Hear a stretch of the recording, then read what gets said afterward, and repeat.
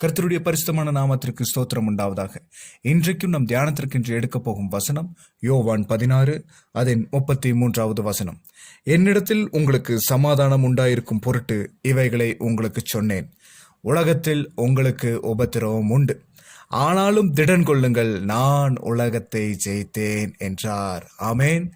இன்றைக்கும் கர்த்தர் நம்மை விசுவாசத்தில் பலப்படுத்தும்படியாக, விசுவாசத்தில் உறுதியாய் நிற்கும்படியாக கர்த்தர் நம்மை பார்த்து கூறுகிறார், திடன் கொள்ளுங்கள், நான் உலகத்தை ஜெயித்தேன் என்று. ஒருவேளை இன்றைக்கு நம்மளுடைய வாழ்க்கையில் நாம் தோல்வியுற்றவர்களாய் இருப்போமே என்றால் கவலைப்படாதிருங்கள். என்னுடைய பிசினஸ்ல நான் தோல்வி அடைந்தவனாய் இருக்கிறேன் என்றால் கவலைப்படாதிருங்கள். என்னுடைய ஊழியத்தில் நான் தோல்வி அடைந்தவனாய் இருக்கிறேனே என்று கவலைப்பட்டு கொண்டிருக்கிறீர்களா? கவலைப்படாதிருங்கள். என்னுடைய வாழ்க்கையிலே நான் தோல்வியற்றவனாய் இருக்கிறேன் என்று சொல்லி துக்கப்பட்டு கொண்டிருக்கிறீர்களா? துக்கப்படாமல் இருங்கள். இன்றைக்கு கர்த்தர் சொல்லுகிறார், நான் உலகத்தை ஜெயித்தேன், ஆகையால் திடன் கொள்ளுங்கள், நீங்களும் உலகத்தை ஜெயிப்பீர்கள் என்று. இன்றைக்கு நீங்கள் எந்த நிலையில் இருந்தாலும் கர்த்தர் நம்மை அதில் ஜெயமுள்ளவர்களாய் மாற்றப் போகிறார். இனி தோல்வி என்பது நமக்கு இல்லை. தோல்வி இல்லாத ஒரு வாழ்க்கை நாம் வாழ வேண்டும் என்றால் நாம் என்ன செய்ய வேண்டும்? உலகம் சிருஷ்டிக்கப்பட்டு ஆதியிலே ஆதாமை கர்த்தர் சிருஷ்டித்தார், பின்பு ஏவாளை சிருஷ்டித்தார். இவர்கள் 2 பேரும் தேவனுடைய திட்டத்தின்படி தேவனுடைய தோட்டத்திற்குள் அழகாய் அவர்களுடைய வாழ்க்கையை வாழ்ந்து கொண்டு வந்தார்கள். ஆனால் சத்ருவோ அவர்களை வஞ்சித்து விட்டான். வஞ்சித்தது நிமித்தம் இந்த உலகத்திற்கு ஒரு சில சாபங்கள் வருகிறது.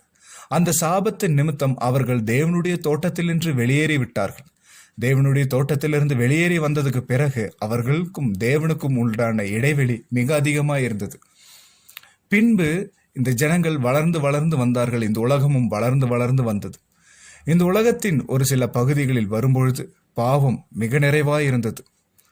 அவர்கள் தேவனை முற்றிலும் மறந்து போனார்கள். தேவனை விட்டு தூரமாய் போனார்கள்.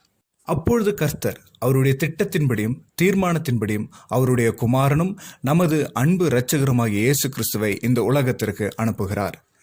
சர்ப்பமானது எப்படி மனுஷர்களை வஞ்சித்து அவர்களை தேவனை விட்டு பின்வாங்கி போகச் செய்ததோ, அதிலிருந்து இந்த ஜனங்களை விடுவிக்கும்படியாக அவருடைய ஒரே பேரான குமாரன், ஆண்டவரும் இரட்சகருமாகிய இயேசு கிறிஸ்து இந்த உலகத்திற்கு வந்து சாபத்தில் விழுந்த மனிதர்களை மீட்டெடுக்கும் பொருட்டாக அந்த சாபத்தின் அடையாளமான சிலுவையை தாமே சுமந்து மரித்து 3ஆம் நாளில் உயிர்த்தெழுந்து இந்த உலகத்தை மீட்டெடுத்தார்.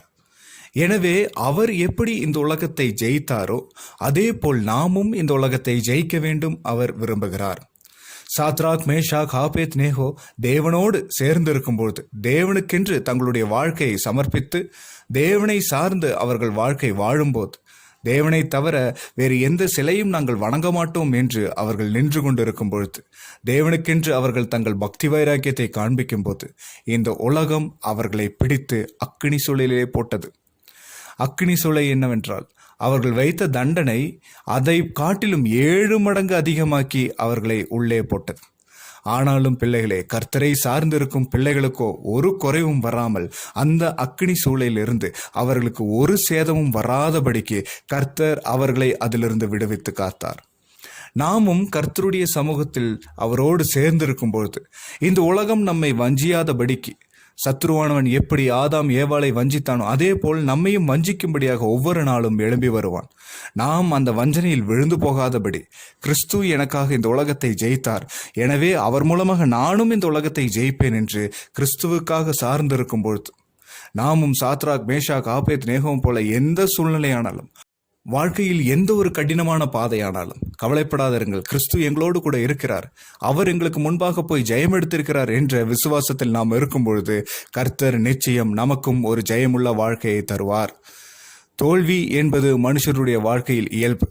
ஒருவன் கர்த்தருடைய பட்சத்தில் சார்ந்திருக்கும் பொழுது அவனை விழத்தள்ளும்படியாக சத்ரு பல மனிதர்கள் மூலமாக வந்து கிரியை செய்வான். பல மனிதர்கள் நம்மை விழத்தள்ளும்படியாக அவர்களும் அதற்கு இடம் கொடுத்து நமக்கு எதிராக வந்து நிற்பார்கள். ஆனால் ஆண்டவரையே சார்ந்திருக்கும் பொழுது, கிறிஸ்துவை நமது சொந்த இரட்சகராக ஏற்றுக்கொண்டிருக்கும் போது எப்படி நம்மளுடைய வாழ்க்கையில் இனி தோல்வி என்று ஒன்று வரும்? தோல்வியே இனி இல்லை. ஏனென்றால் ஜெயம் எடுத்தவர் நம்மை பார்த்து கூறுகிறார், திடன் கொள்ளுங்கள், நான் உலகத்தை ஜெயித்தேன் என்று. இன்றைக்கும் எந்த சூழ்நிலையில் நாம் இருந்து கொண்டிருந்தாலும் கவலைப்படாதிருங்கள். கர்த்தருடைய வார்த்தை இன்றைக்கு வருகிறது, திடன் கொள்ளுங்கள், நான் உலகத்தை ஜெயித்தேன் என்று. எனவே கர்த்தருடைய பாதையில் நிலைநிற்போம். அருள்நாதர் இயேசு கிறிஸ்துவின் பாதத்தில் அமர்ந்திருப்போம். அவருடைய வருகைக்காக காத்திருப்போம். பரலோக ராஜ்யத்தை சுதந்திரித்துக் கொள்வோம். கர்த்தர் தாமே இந்த வசனங்களை ஆசீர்வதிப்பாராக. ஆமேன், ஆமேன்.